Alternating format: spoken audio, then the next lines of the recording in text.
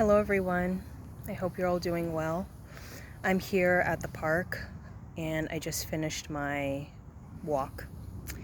So I'm just sitting here. I figured this would be a good spot. It's relatively quiet and kind of hidden.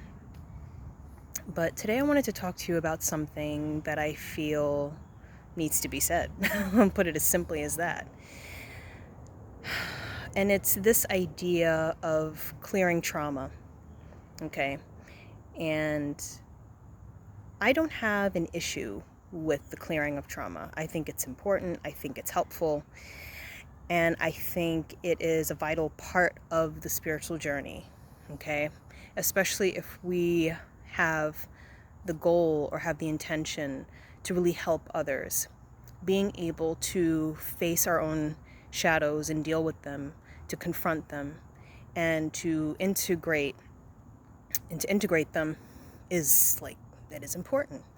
I mean, I've done it, and a lot of my past clients that I've worked with have also done it. But I think there's some things that we need to iron out, because I think there's a lot of things that people are misunderstanding when it comes to the clearing of trauma. And it's this idea of trauma being reflected outward. Now, hear me out here. I've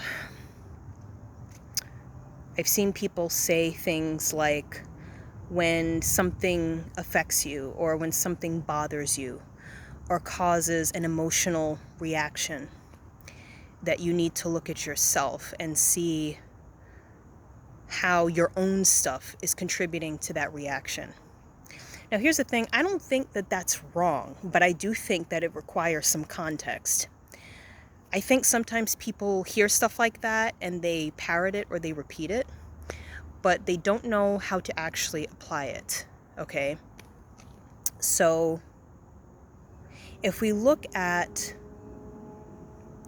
things that people tend to advocate for, whether it be, racial issues, whether it be animal rights, whether it be for climate change, whether it be, whatever, for women's rights, whatever it might be.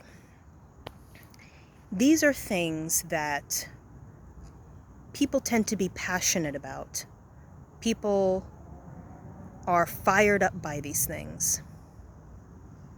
And in that same vein, when something is a passion for you, the same way that you can become motivated to take action on behalf of these causes or on behalf of something that you're passionate about. Doesn't even necessarily have to be a cause, but it could be just something that you feel strongly about. There's a very thin line between being passionate about something in a way that is, I guess you could say, something that makes you feel uplifted or something that makes you want to contribute to bringing change.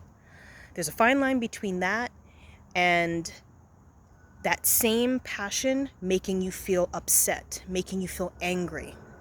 Because a lot of times things that we're passionate about, we also want to fight for. It doesn't have to be physical, but we also tend to want to fight for those things. We feel very strongly about them. Okay? So there's nothing wrong with that. But the issue that I have is when people say that, well, if something upsets you, you need to look at yourself. Like I said, I don't think that that's wrong. But if we're looking at world issues and we're looking at causes that people advocate for and people get involved in, those are things that tend to turn on a switch with people. It tends to cause some sort of emotional reaction. It tends to make them feel upset or feel like, you know what, something needs to change. And this is why people protest. This is why people go out there and speak up about certain issues that need to change, is because there's something that was triggered by these causes, by these issues. Okay? And it's not necessarily because you have a trauma that needs to be healed. Sometimes it is. Like, there are things that we do need to look at within ourselves, right? But when it comes to stuff like that, this is where we need to be careful. Because we can't clear every damn trauma. Okay? We can't clear everything. And you don't need to feel as though you have to clear every single thing. Because you're a human being. And there is beauty in that humanness. The fact that you can be emotional. The fact that things can kind of rile you up and get you out there to take action and make a change. There's beauty in that. And we have to get rid of this idea that people that are of spiritual service are going to be all positive and gentle and kind and loving all the time. Sometimes what's needed is a strong voice, a powerful voice. Sometimes what's needed is words that can pierce through you like a sword. Something that can trigger you to make some sort of change. And that's not always done by being gentle and nice and kind and sweet all the time. Sometimes you just have to say things directly, and it doesn't always come out all nicey nice and sweetie sweetie.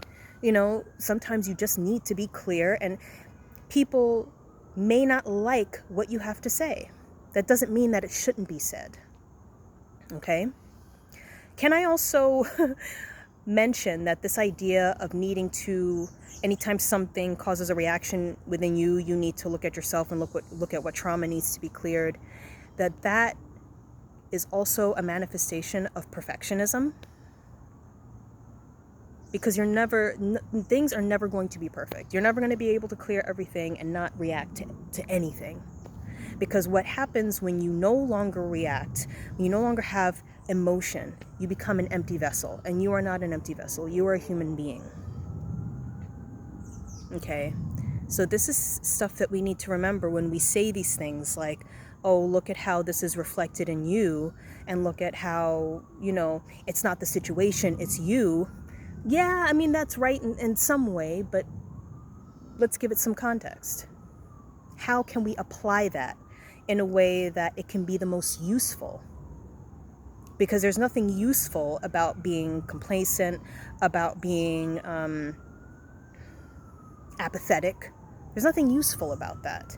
And when I say useful, I don't mean in a capitalistic sense, but useful in the sense that it doesn't always benefit you to be like that. To be completely emotionless and you don't feel anything about anything. That's not realistic. So you are a human being, you are not an empty vessel.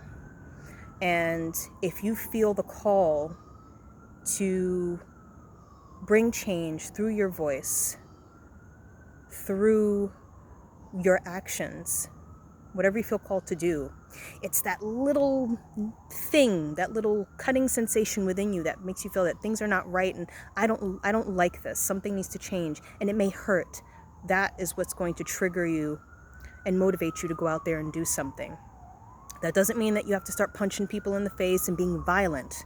There's a difference between taking action in a way that facilitates change and being violent. And that's not what we're talking about.